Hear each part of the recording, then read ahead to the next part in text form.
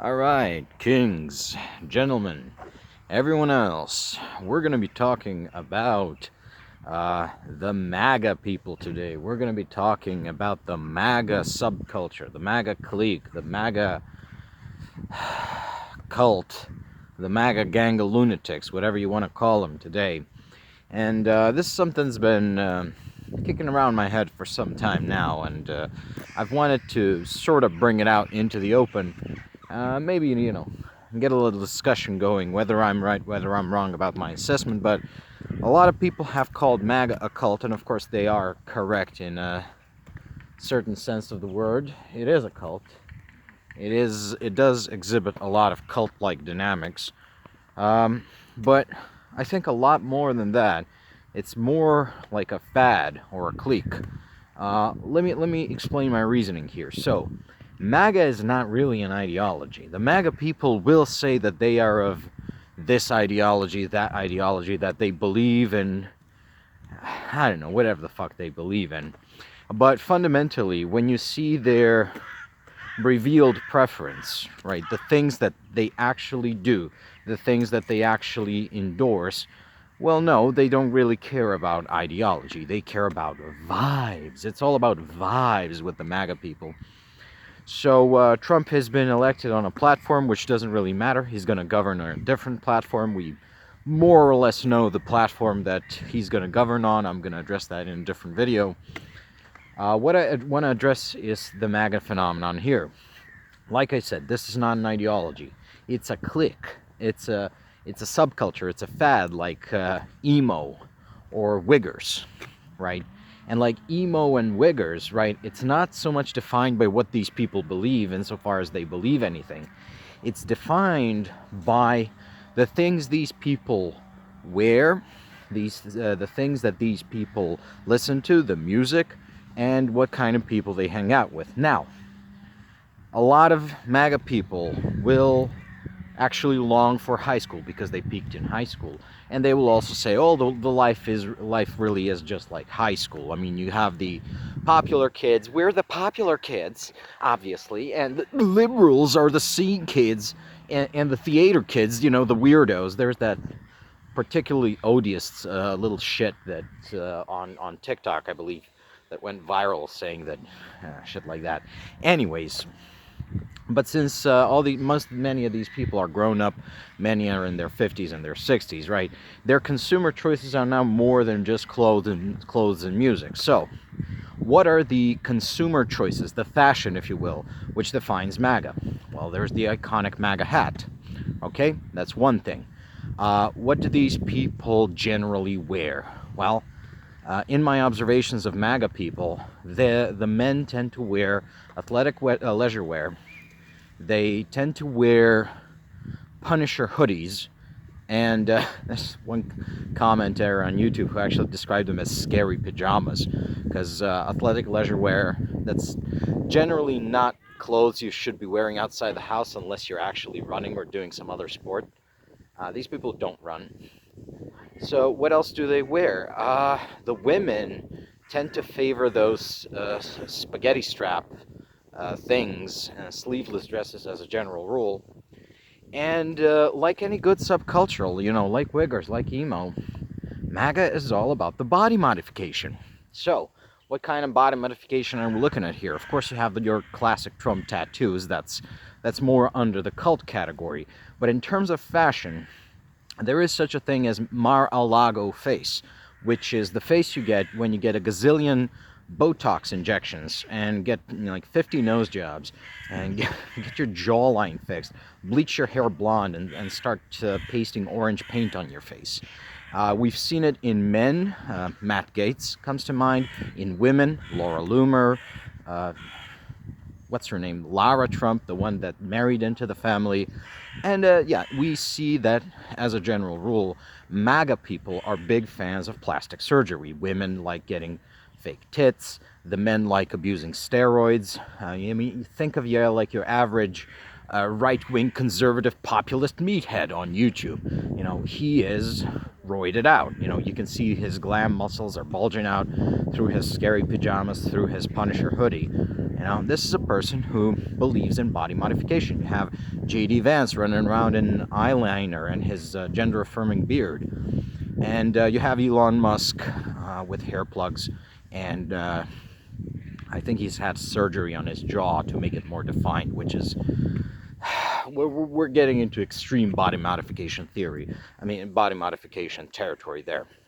What are some other consumer choices favored by MAGA people? These guys like their pickup trucks. They like driving pickup trucks, and they like living in suburbs. They love driving. They hate alternative modes of transportation. So many of them will dismiss the video just on the basis that I'm walking through a park.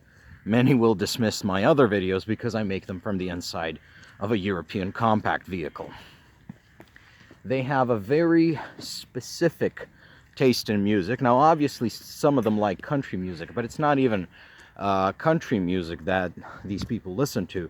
They seem to prefer something that blends the aesthetics of essentially rural America, sort of pretend rural America, with classic wiggerism. So you have phenomenon like Trump Latinos, Maga Mommy, you know, those odious people that were rapping about how you know, Trump should win, and how they're making a lot of money, and the woman got plastic tits for Trump, which, yeah. In this sense, MAGA is comparable to Turbofolk, which is from the Balkans, and I'm from the Balkans, and I'll tell you, it is one of the most odious forms of anti-culture known to man. Our poor lands, like, because of the war, the genocide, the economic dispossession, they were not enough. God saw fit to punish us with Turbofolk. And I think nations recover from war and from economic dispossession and from genocide and from all sorts of shit, but the cultures of the Balkans, well, I don't think we're ever going to recover from Turbofolk.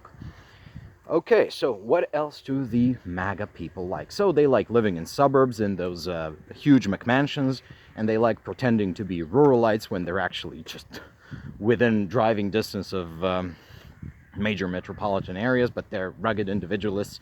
They're very rough. They're rednecks, you know, even when they don't have the accent, they don't have the culture, they don't have it. Like, for example, J.D. Vance. People have pointed out that his town where he grew up in Ohio, while you do have hillbillies in Ohio, that's not a hillbilly town. That's a bog standard American Ohio town. Now, obviously, Ohio has its own local cultural specificities. There's no such thing as a standard American, but I don't know. Yeah, people have said, yeah, that guy may be LARPing as a hillbilly. He may not be a real hillbilly. So, this subculture, let's sum it up. What did they believe in? They believe in, you know, bleached blondes with fake tits.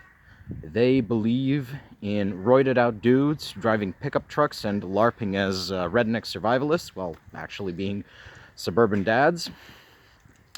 And they believe in driving trucks. They believe in living in McMansions. They believe in consuming lots of low-end beer. If, like me, you're into craft beer, you're obviously a homosexual.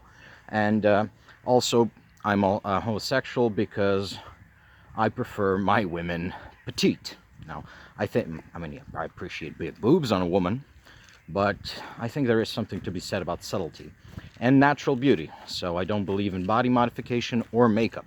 These people love their fucking makeup. Okay, that obviously makes me a homosexual. And what is the common thread linking all of these consumer choices?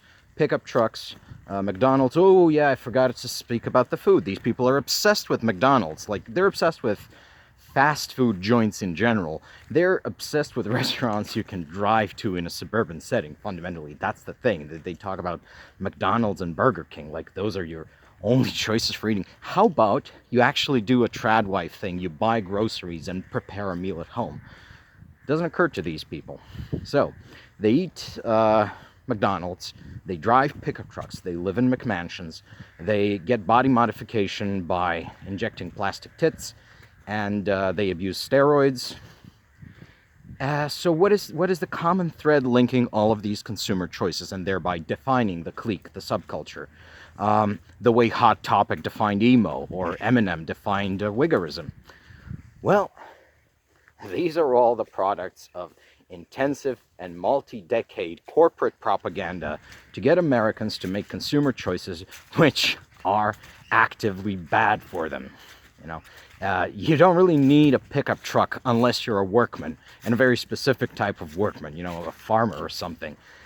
But these guys like to LARP as farmers. Like, even if you're a plumber, you're better off with a van. I don't think I need to convince anyone that you don't need excessive makeup or fake tits or steroids or, angry pajamas, Punisher hoodies. But here we are. And so what is MAGA fundamentally? What is the vibe of MAGA? What is the common thread? They are psy-oppable. They are the people most susceptible to corporate propaganda, to Bernays propaganda, as it was called at one point, economic propaganda or marketing. And I think that about closes up everything I had to say about this phenomenon. Stay cool, people. We're in for a bumpy ride. These people are now in the government, and they're going to be making our lives hell in every corner of the globe.